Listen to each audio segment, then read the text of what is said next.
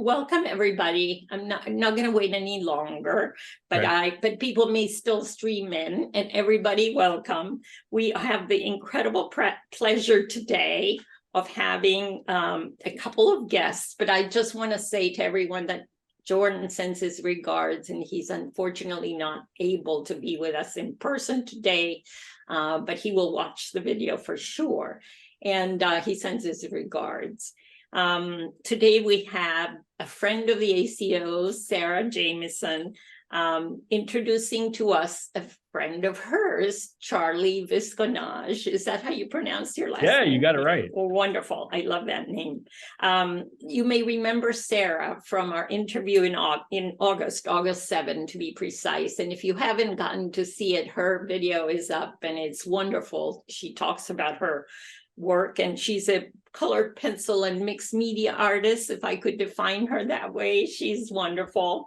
And so don't forget to look at that video and to look at her website, which is www.sarah-jamison.com, and see her write up in Jordan's website if you'd like to know more. Today she's helping us to host self-made artist Charlie Visconage, and I am going to stop there and welcome her and have her introduced Charlie to us. Thank you. Thank you, Mariana. Welcome, everybody. As you've so beautifully said, my name is Sarah Jamison, and I have the distinct pleasure of welcoming my good friend and fellow artist, Charlie, on the show today to talk about his work. And I was really trying to think of what year it was that we sort of started hanging out. 2016, I want to say.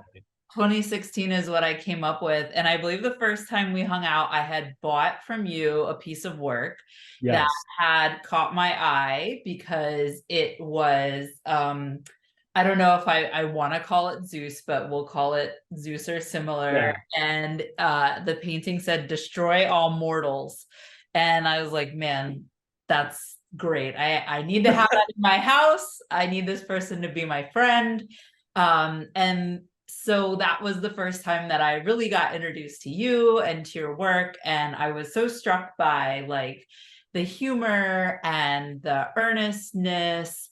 And also, you know, at the time you were waking up insanely early before your work, which I know is something you do, but like, you know, when you talk about for love of the game, you know, getting up at crazy hours, I wouldn't consider to do something that is sort of your passion. And when I look at your works, I'm always struck by the fact that like, it's you on that canvas, like your humor, your concepts, your ideas, your values. And so when I was looking for a fellow artist friend to chat on ACO, you were one of the first people to my mind, and cemented further by the fact that it's his birthday and you'll be leaving for Portugal very soon. So it's been cool for me just to see your trajectory as an artist. I know you'll talk about how you've been in different residencies. That's been a big component of that. So I just thought you had a fascinating story, a great friend, a great artist. And so I'm going to turn it over to you to talk about your paintings and brag on yourself and tell us all about all what you do, because I know you're awesome. It's time for everybody else to know the same. So without any further ado, Charlie, the floor is yours. Wow, what an introduction. I'll be Venmoing you that $300 we talked about for the kind words. All right, let me get my screen share going here. And we will be off. As everyone can see, I love loud psychedelic colors. So I am Charlie Visconage, and today is my 37th birthday, and I am a self-taught artist. And I've been painting, actually, it'll be 10 years as of tomorrow in October, which is really exciting. But I want to kind of explain how I got to this place, because I have not always been a visual artist, but I have been an expressive, creative person. So first, before I was a visual artist, I, had a lot of different ways of expressing myself. So on here, that's not even on here is first, it kind of started in high school where I started doing plays at the advice of a friend, and I really loved it. I'm an extrovert. I like being on stage. And it was fun to be part of a creative project and then get that immediate kind of audience feedback.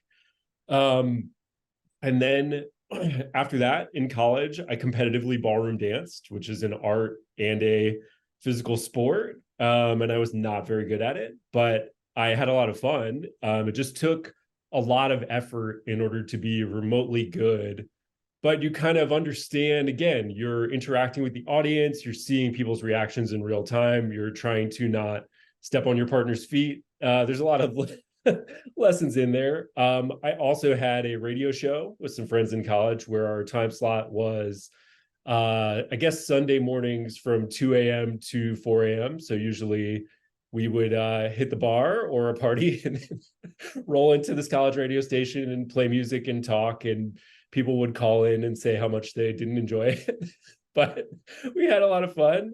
And then when I graduated college, I moved to DC for my first day job. I'm a marketing person by day.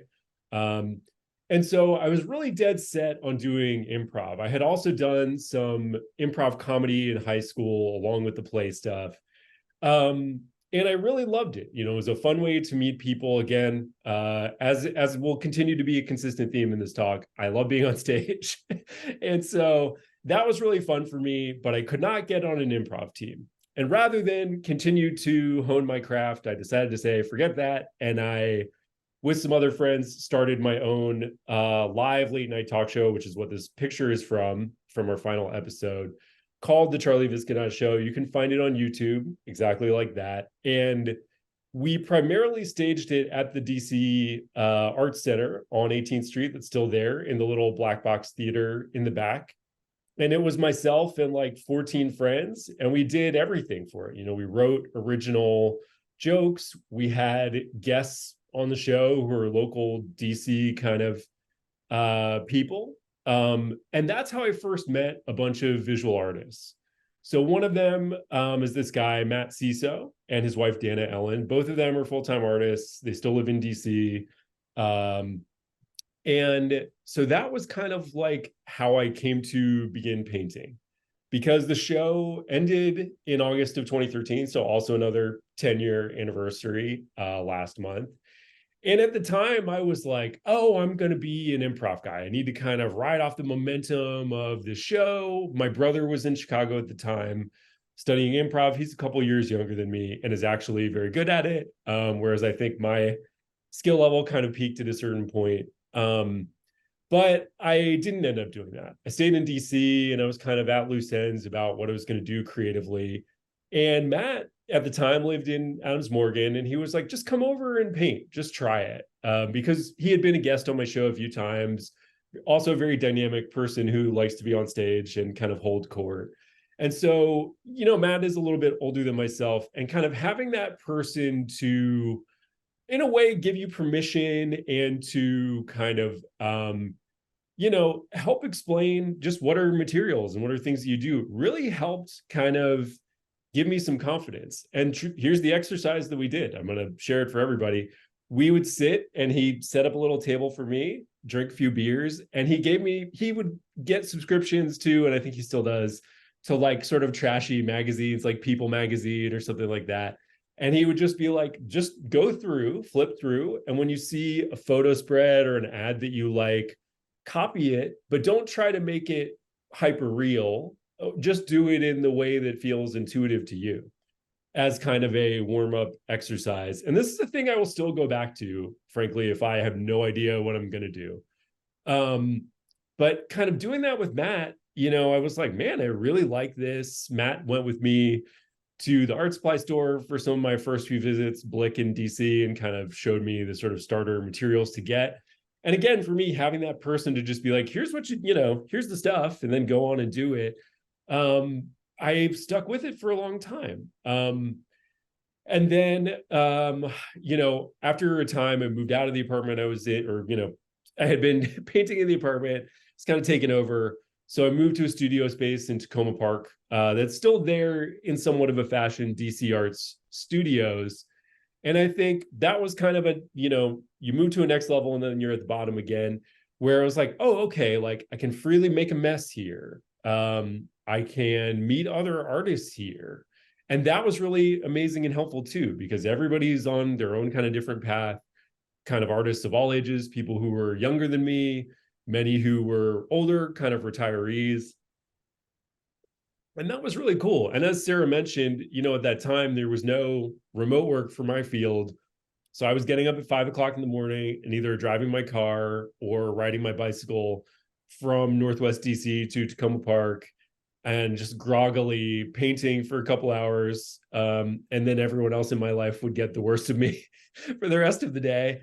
But it was a way to kind of cement my kind of plan and discipline, which again, I still hold on to. I don't get up that early any longer. But I think for me, a large part of the art making process is just going in and doing it every day. And it's not about being struck by a lightning bolt of the best idea that I've ever had, but rather through discipline and dedication. Sometimes you're going to make gold and sometimes you're going to not. And that's also okay. But you're not going to get the gold moments if you're just waiting around for when you feel like it. For me, anyway, I need to paint as much as I can, regardless of how I feel. And only through the volume and discipline of my work will things kind of come out of that. And to talk a little bit about where my work is inspired by before we see a little bit more of it, a lot of artists, I think, see themselves as part of an artistic tradition or things like that. And I am not a Philistine, as you can see from things I'm going to talk about here. But for me, going to a museum and looking at a painting is not always, or consuming, older artists' work. That moves me emotionally, but it doesn't move me to create. So the kind of things that inform my work directly and indirectly are video games. So the game Death Stranding here by the Japanese director Hideo Kojima, who also is famous for the Metal Gear series and other games. I mean, I would argue games are art in the same way that movies are art. And this game in particular is about human connection at the end of the day. And I find it to be very moving. Similarly, this is a picture of a motorcycle and sadly the one that I just sold because I'm leaving the country. But riding my motorcycle, I don't ride with music or a comm system, and I often ride alone. But that really helps kind of get my mind in a place where I'm both hyper-focused on what I'm doing in order to be a safe rider, but also to just kind of have that empty time for my mind to generate ideas where I'm not looking at my phone, I'm not thinking about what I'm doing later that day. So through the focus of that, I often come up with great ideas or ideas that are great to me. Let me put it that way. I also am a big comics nerd, and this is one of my favorites, The Dark Knight Returns by Frank Miller. And honestly, so seeing the artwork in places like comics, and if you were to look up Dark Knight Returns, a lot of the characters' faces done by the artist Klaus Janson, they're very kind of like square, big jaw lines, and you'll kind of see that come through in my work. I haven't ever done one-to-one copies, but I love the way Klaus kind of animates and draws his characters, and that has really stuck with me. Movies, huge inspiration for me. I love going to the movies. Also, this film, Steve Jobs, directed by Danny Boyle in 2015, is one of my absolute favorites. You have not seen it, go watch it after this, and you'll say to yourself, how in the world is this related to what you do? But I think the best movies can convey emotions and feelings, and then that is what I'm trying to kind of transmute into my work when you see it. And then finally, on the left-hand side here, travel. So I'm getting ready to move to Porto, Portugal, and this is the Serralves Foundation, which is sort of this is maybe the only aspect of a big gallery. This is like a big blue chip kind of gallery space that looks like a James Bond villain lair in the main part of the museum, but they also have 10 or 15 acres of property. And this is this Art Deco house on the property. And I started doing landscapes a couple years ago, and I'm going to touch on that in a minute. But just seeing beautiful buildings and places really moved me. And there have been different buildings and, things that I've seen that have just really stuck with me in such a way that I have to recreate them. Between there, I've traveled in Japan a little bit, seeing beautiful places and then wanting to replicate them my way is a big thing for me. And I take a ton of photos, both on my phone. I have a micro four thirds DSLR camera that is rapidly becoming less necessary because of the quality of the phone. But those are the kind of things that move me. Hopefully you will see how all of these influences kind of mush in to make my kind of work. So to talk about, like I said, I've been kind of painting seriously since 2013. I really started promoting it more in 2014.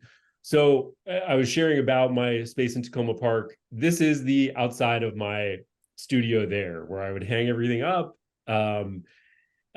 because it was creating in such a way that, I needed this outside space. I didn't have storage really at the time.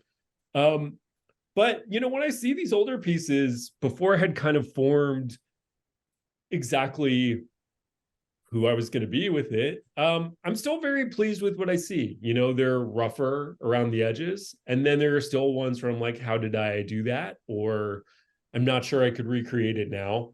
But it was not really about anything so much other than just expressing kind of relatively silly ideas, because a lot of the way my brain works is thinking about comedy often in kind of a darker point of view. Not that many of these are that dark. And then on the movie side, for anyone paying attention or who knows the reference, I am also a huge fan of Indiana Jones and the Last Crusade. So the Choose Wisely is from that, the very end of the movie, which is hopefully not a spoiler from a movie that came out in 1989 for all of you.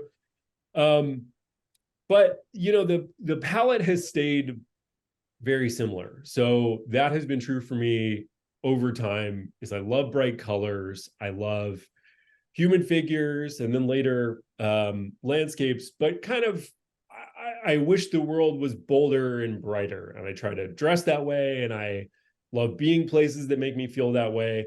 But that's also what I want people to see in my work. And I would say a little bit selfishly, I love it when I'm in a group show and one of my pieces is next to something very dark and kind of muted color palette, because it will pop out on the wall. And I think the kind of people who like my work and who've chosen to collect it very generously, feel that way as well. I wanted to talk a little bit about kind of some different bodies of work. So you can see very directly the motorcycle influence on both of these pieces. So for a long time, I've done portraits, and especially, 2018, 2019, I started to hone in on more of this portraiture body of work where I just love kind of big human expressions. I started to have people come to my studio and sit and kind of model for me, take photos, and then kind of do it in my style. And the color palette, while it's still very colorful, has gotten more neon over time for me as well. So this one, Motorcycle Scream Therapy, is huge. Also, it is 5 feet tall, 3.5 feet wide. I love working in a big scale because you can really pack it with color. I mean, I think all of this took me an incredibly long amount of time, because the other thing about my work is that when I work in a layer, I work in a full layer. So I didn't trace, I didn't keep the middle of this Motorcycle Scream Therapy blank. First, it was all yellow. And then I did all of these teal lines coming out all on top of one another. Then I did all of the face. So under this helmet, it was all blue first. And then I added all of the expressions, then the helmet, then the goggles, and then the text on top. And what you can't really tell through this presentation, but if you were to be there in person, it creates an effect of many layers of texture. So if you see my work, it's not like if you looked at it from the side, it would be fully popping out, but it does kind of pop off the canvas. And for me, I love the way that that looks. I love that it's kind of like almost a little organic, the way people have veins popping out from under their skin. And it just kind of adds to the overall intensity of the effect. And then I started doing landscapes a couple years ago. I'm going to touch on residencies in a moment, but I started doing landscapes when I went to this residency in Lisbon last year, and then kind of took over from there. And this one is also motorcycle related. You can see in the lower right-hand corner, that was a representation of my bike. So I used to belong to this motorcycle club in DC called Dunn Lewis, and it's no longer there, but I had gone over to buy a new battery for my bike, and there was a car fire that happened. It was crazy things are always happening. It's over in Ivy City in DC, right off of New York Avenue. And I had actually missed the car fire. It was just sort of smoldering wreckage. Everyone was fine. But the owner of the store and my friend Mason had gotten a bunch of photos, and he sent them to me. And so I kind of made it from there and kind of made the buildings around there. If you were to go down that street and kind of hold this out in the middle of the street, which now that I think about it would have been a really good sort of Instagram-y thing. Oh, well, missed opportunity. It would kind of match up, or at least match up in my way. And again, although I am not overtly trying to be ignorant, I don't really know how to do perspective. So, the way it comes out is it's all kind of flat on top of one another. But I love the way that looks in the landscapes that I have done. And a few more here. Oh, and Mariana had asked, what medium am I in? So all of these are acrylic and house paint is what I use. So house paint is a great hack. So the yellow on the motorcycle Scream Therapy, the first layer is all house paint. For anybody looking to get into art, Home Depot is one of your cheapest art supply stores you could possibly do, or Lowe's, whatever, Ace. So I do that. I do acrylic paint, and then I also use some gouache paint, but that is primarily used, so you could see it in this middle one on Wasting My Talent. The eye bags and the forehead crinkles are gouache, so they kind of pop out of the canvas more. And the reason that I use those materials, frankly, is that I'm very impatient. I do not have the time or patience for oil paint. And often, as I am painting, I will use a hairdryer or a heat gun to speed up the process, because I love being able to sit down and not necessarily finish something in a single sitting, but oftentimes I will get pretty close to those. And to show just a few other of these landscapes, I had a show last week, so was able to get some nice photos of the way they were hung up. The one on the left is this What We've Done Is Forever, which is sort of my dark idea of what would happen if the power grid failed. And I also have some clay here on the moon, so you can't quite tell. They sort of look like pepperoni cups. But I played with different materials as time has gone on. I'm sure I'll do more clay stuff, but that's been really fun to incorporate, where I use this air dry clay, and then I will use just Elmer's glue to glue it down to a piece, and then kind of paint around that so that you're not seeing the glue drips. And in fact, all the little vertical lines on this moon started because I made a mistake. So one way that kind of, aside from enjoying being on stage when I have a show, another way that my improv comedy background has served me as an artist is when you're in an improv scene, if somebody makes a mistake, rather than correcting them or not validating the reality of that choice, you lean into it more. You lean into the mistake very hard, because then it makes the audience feel smart. Everybody is like, oh, okay, this is what we're doing now. And so I had made a spill while I was going around the moon here. And so instead of being like, it's ruined, or I need to repaint it in white, then I was like, you know what? It's all going to be a little drippy. And that makes it a totally different kind of animal. And many of my paintings end up that way, where I have kind of a set plan of one way it's going to go, and then a mistake happens, and then you lean into it some more. And I can't tell you that's the right or wrong way to proceed, but it works well for me. And then it will take you to an unexpected place, which I think is one of the most fun parts of creating a piece, is not necessarily having kind of somewhat of a vision of what it's going to be, but being flexible on how it can be there. this wasting my talent is a little bit emblematic of how I feel about when I have to do my day job, when I can't be painting. And I really, I'm a sucker for a good sunrise or sunset. So this was a house I used to live in. The back of it with this gorgeous sunset. And sometimes in Maryland and DC, we are blessed with these. So wanting to capture that. And it's a fun way to use the neon palette. But kind of like I was saying, this is my idea of depth. I don't really know how to do it correctly. And another video game influence is if you were to look at like the level design of Super Mario Brothers 3, they didn't really have a lot of technology to actually show depth. But the way that they do that has kind of stuck in my mind. And that is kind of the way that I approach trying to do depth in any given landscape piece.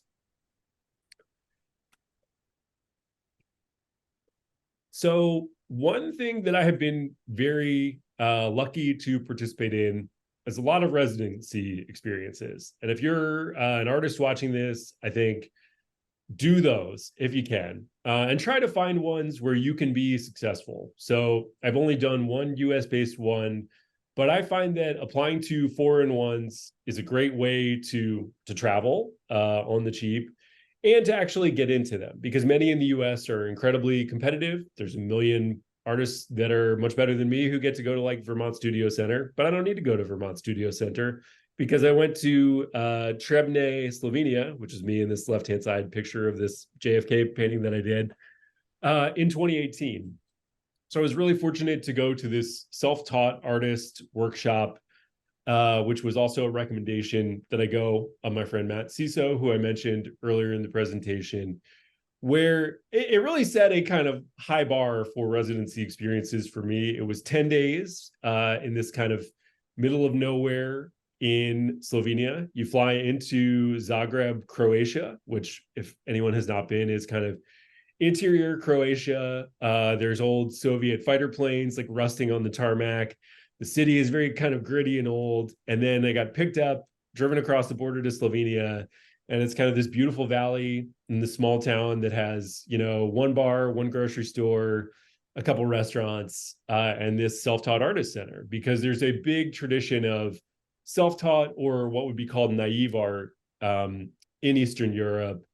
And for 10 days, I got to paint with a bunch of other artists. And especially at that time, it was very validating for what I was doing, because many of these people were much more accomplished in their careers. And it felt like I was a peer to them rather than, somebody who didn't know what they were doing, which who can say?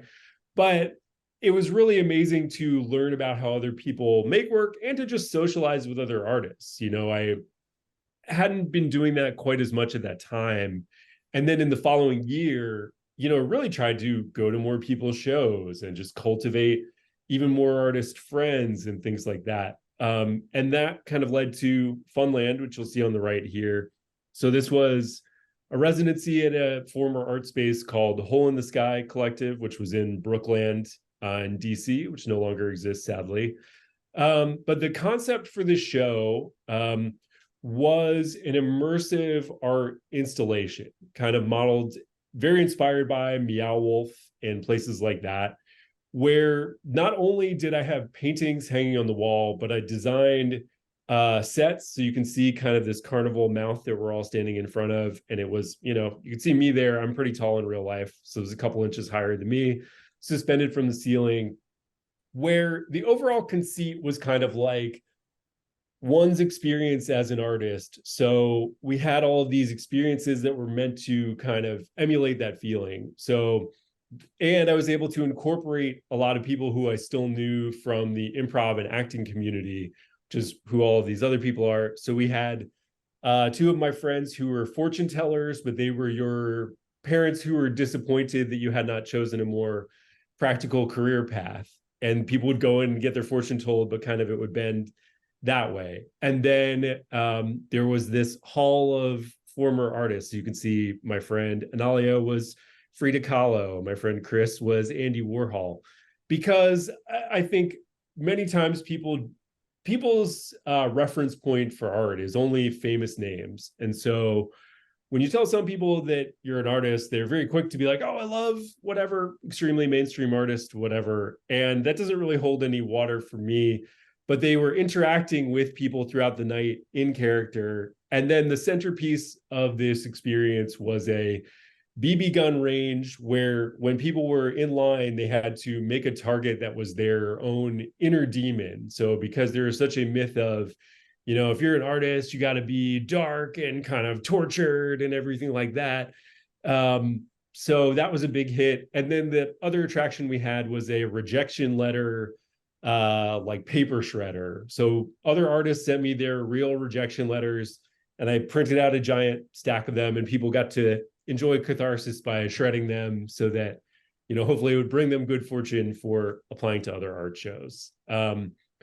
And I would really like to do another immersive experience. I think that those are really fun. They cost a lot of money and take a lot of time, but it kind of can appeal to more regular people. I think at the end of the day, I want the collectors and sort of enjoyers of my art to be anyone. They don't need to be super highfalutin people. And I think by extending art to an experience and a fun thing that people can go to, it can kind of bring that to more regular people even more, was my point of view.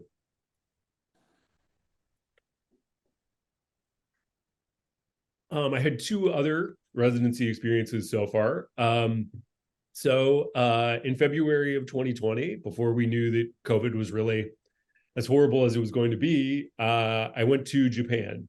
So I've been to Japan a couple of times, but this time it was for residency in Matsudo City, which is about an hour west of Tokyo proper by train.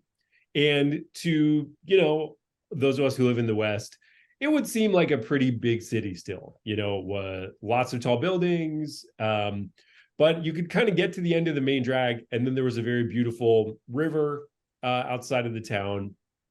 And the color palette of the town was really all of these kind of neons, very 80s, a lot of teal and pink together. And that really marked kind of a turning point in my color palette, where I started to copy the colors of a lot of the signage that I was seeing. I cannot read Japanese. I could speak a tiny bit to get around and order food. And that really awakened something different in me that is still carried on to this day. And things were kind of closing down because, of course, COVID was getting crazier as it was there. So I didn't get to socialize a ton with other artists or too many Japanese people, but I love going there. I love experiencing Japan. It's an incredibly beautiful place. It's a very safe place. And, just sort of the imagery that you see all around is so big and colorful and over the top that for someone like me, it is a true playground to be, and taking tons of photos and just feeling kind of the influence of all of that stuff. And then the most recent residency experience that I've had was in Lisbon, Portugal, last March. And I was there for a month, which was amazing. And it was just wonderful to be in a totally different place, a different pace of life, and to be in a place that has so many incredibly old buildings. So both of these pieces, this one in the middle here and the one on the right, are buildings that were like from 13 or 1400. And it's crazy to see those and then think about, wow, there was other people, whenever they first built this, walking by, probably having not too different of an experience. So this one, or I guess I should say, this one on the right was actually in front of an old Moorish castle because somebody had like a lawn chair, but it was modeled like a castle, versus the one in the middle was like this fountain from Moorish times that had been there since the 1400s. But this also marked the turning point of my doing landscapes, where I was trying to apply my point of view and color palette and everything to the things that I was seeing that were just so, beautifully mind melting for me. And I'm very happy with these. And both of these pieces on the right are now at a gallery on consignment in Lisbon. And during that time, I rented a motorcycle and I rode up the coast, stopping in Peniche, Portugal, which is like a big surfing spot. Also Nazare, if anybody has watched the 100-Foot Wave or any of those other kind of documentaries. It was very cool to see. And then I was in Porto for a little bit. And that really awakened something else in me, to the point where I am going to be moving outside of there in a week's time. I've been kind of planning this all year. But I'm moving there primarily because I can frankly afford to do art more. You know, the US is pretty expensive and requires me to have a job that takes up more of my time. And, you know, as was mentioned at the top, I'm 37 today. And so I'm not trying to say that I am racing towards the end of my life or anything, but I am acutely aware that time is not infinite. And I want to spend as much of my time making art as possible. And I think I will be best poised to do that there. So kind of to that point of what's next, these two photos are from a show that I had last weekend, which was, and so there is Matt, by the way, my friend who I had mentioned here in the red checkered shirt, who first got me into art. So it was really wonderful to be celebrated by my friends and collectors who came out. Also, we had an amazing wall of friends that Sarah, who introduced me, was a part of. So you can kind of see those behind me on this left side photo. So being able to showcase my works and, you know, feel like I had kind of graduated to a certain degree was really great. And then in a week, I'm moving and a lot of my art career will reset. And I look forward to being able to spend more time doing that, more than anything. And yeah, that's kind of what's next. And this is me. So Mariana, do we have like, are there questions or what do we do from here?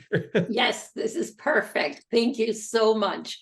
We'll open it up to questions and we'll have a dialogue. And Sarah, you're welcome to ask questions, and everybody's welcome to ask questions.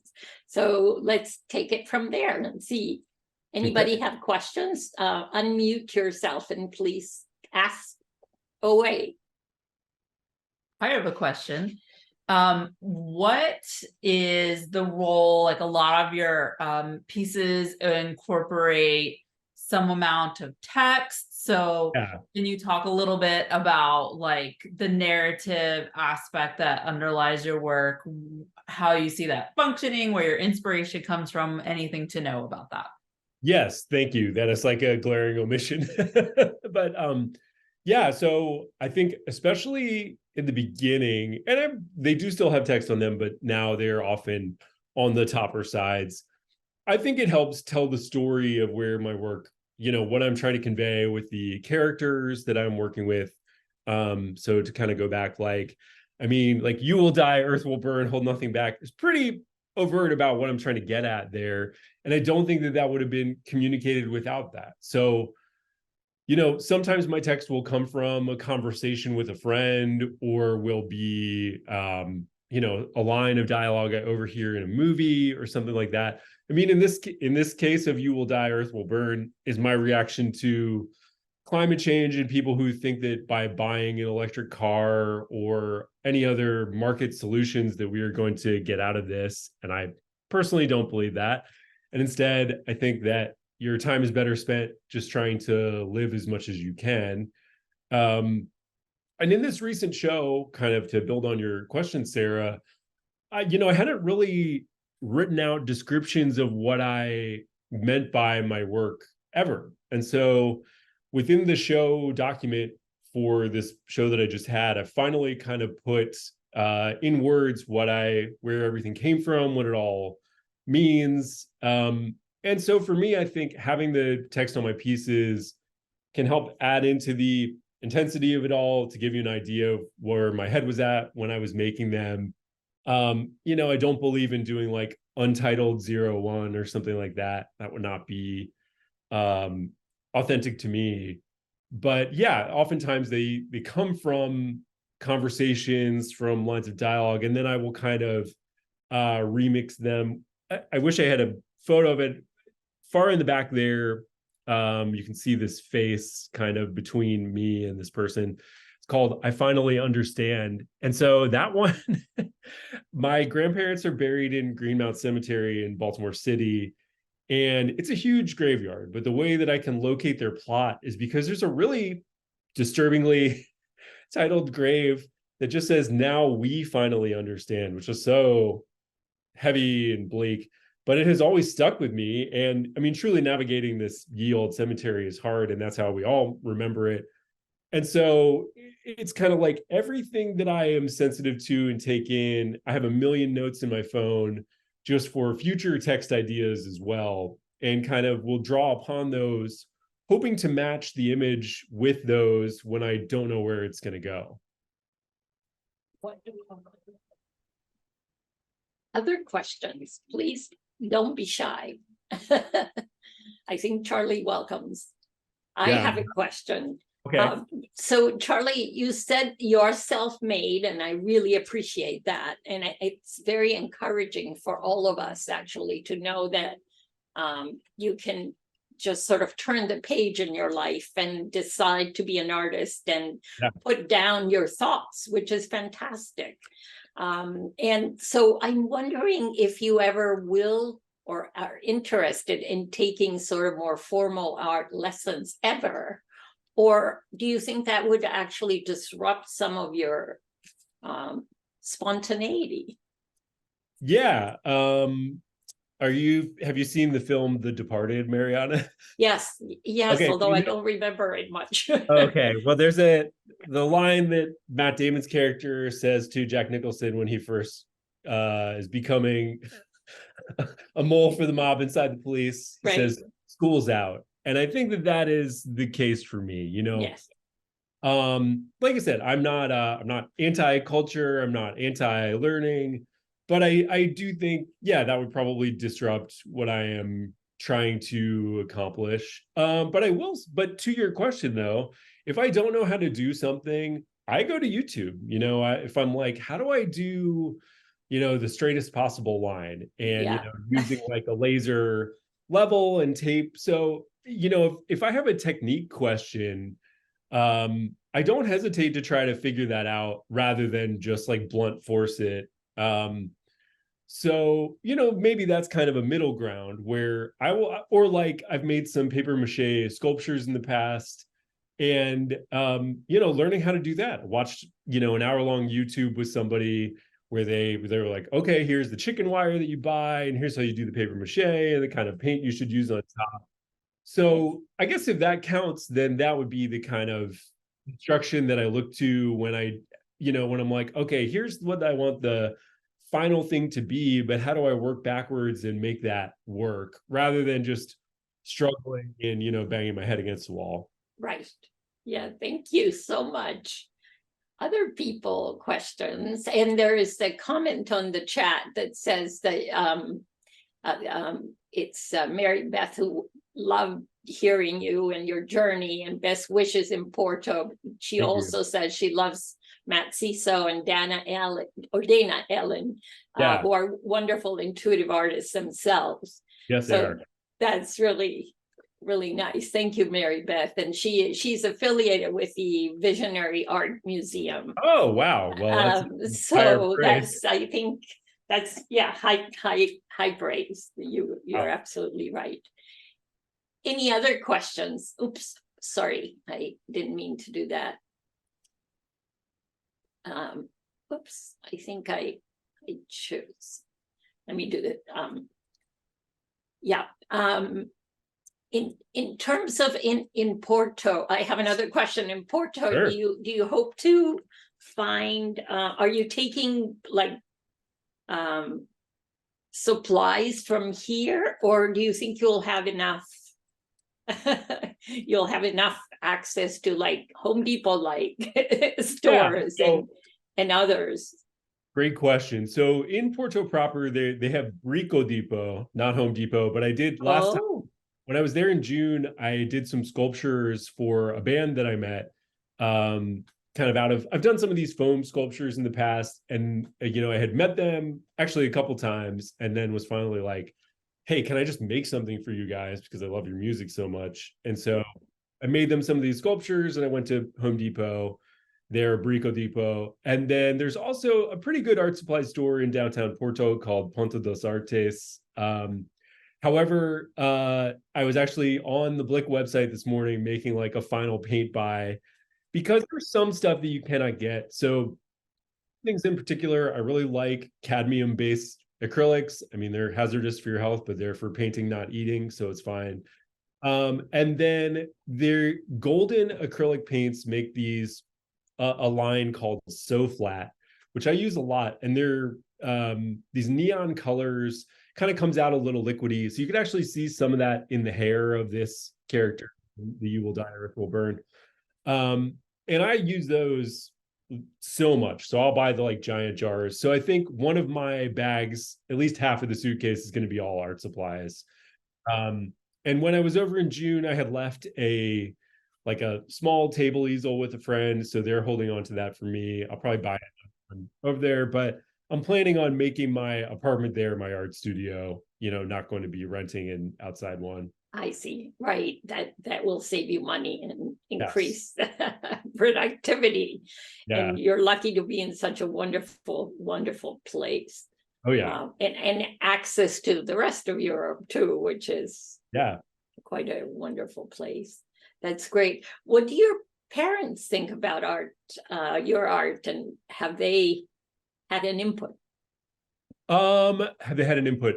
Well, yeah, kind of. I mean, I'm not sure that they fully get it, but they're very supportive. They came to my show and, Sarah met them for the, Sarah and I have been friends for a while, but Sarah and her husband got to meet my mom and dad. And, what do they think about it? I don't know. They're supportive. They've been encouraging of all my creative pursuits over time. So, that's a really nice feeling. That's not true for everybody's parents. And, I have taken their ideas and put them into paintings. I don't have it here, but another one, I was in Portugal in June. I sent my dad a picture of myself on the beach and he was like, "Oh, you should paint that. It's a good picture of yourself." So I made a self-portrait that then ended up coming out really great. So wonderful. I, try to take feedback like that into account. Like, hey, why not? And, my dad has a chronic kidney condition. So I don't know if he will travel to visit me. My mom is a beach person, as am I. And so given that I'll be living very close to the beach outside of Porto, I think she's going to come visit. That's wonderful. I also loved how you connected your prior interests, like the stand-up comedy and improvisation, and what you said about errors that are taken on and produce more errors that are beautiful. Yeah, absolutely. That's an incredibly profound thing that that I think sometimes we miss, and we are so hard with ourselves. You got to be kind to yourself, Absolutely. And I think you model for us that wonderful possible trajectory. I wish you the very, very best. And let's see if any questions or comments in the chat. And if not, we can help wrap up, but we're hoping that perhaps from Europe, you can introduce some other artists to us. I would love to. I mean, I know some other visual artists. We generally, because we're funded by Maryland Arts Council, the state of Maryland, we have been confining things to the DMV, like artists who are either, reside there most of the time or are from there. So I don't think it would rule out anybody you could meet in the future, but even to relate back to people, like your good friends, that might be really fun to have them if you want. Yeah, definitely. If you're game to invite them sometime. We will have to juggle the time zones, but that can be done. I mean, it's only 5 hours ahead. I think it's only 4 when you're under daylight, like in November. Daylight savings, right. Well, thank you so much. And we wish you so much success, and it's fabulous. Your point about residencies is incredible. And we don't take advantage of that at all in the United States you're absolutely right for going abroad. And it's a great way to travel and to meet people from different cultures that can completely change who you are. And absolutely. people are saying wonderful presentation, and thank you to you. And If thank I you could to just say one more thing, Mariana. To yeah, that, absolutely. For anybody who's an artist, I think you need to figure out where and how you can be successful. So not everybody is going to be in a white cube, that blue chip gallery. To an example, not everybody's going to show at Art Basel, but do you need that to be happy and successful? I mean, I would love it if I had those opportunities, but I'm not waking up every day thinking that is my path. So therefore, that's why I've sought out foreign residencies, for example, because I know I can get into them versus, again, I'm not trying to blow up Vermont Studio Center. In fact, I would love to go, but I know that it's very competitive, and there are a lot of extremely talented American artists who are applying for those things. I wouldn't even be in the conversation, which is okay. So you just have to figure out how it's going to work for you and not worry too much about following any given path. I mean, much like life, the path is like this, it's not like that.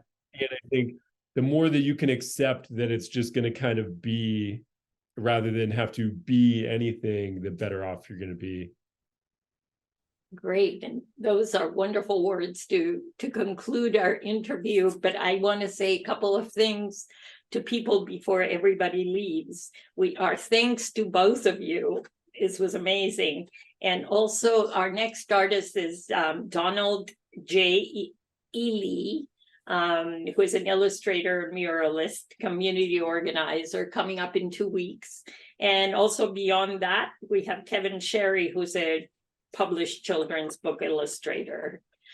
Just want to say that to everyone, in addition to the thanks, that if you're moved to make a small donation or a large donation, you can write a check to Glen Echo, and they are sponsoring us to give you the ability to claim a tax deductible contribution. So if in your check you write ACO, they're kind enough to pass through all of your donations, even if they're $10 or $20. We love to receive them to make this sustainable. We're on our 33rd interview this year, and we're aiming to continue the ACO, and appreciate all your help. But mostly we appreciate your coming here. So thank you so much. Thank you, Charlie. And I look forward to seeing your work from abroad, and to Sarah, to more interactions, and both of you more interactions with us. We love it. Thank you again. Thank you. Take good care. Bye-bye. Bye. Thank you.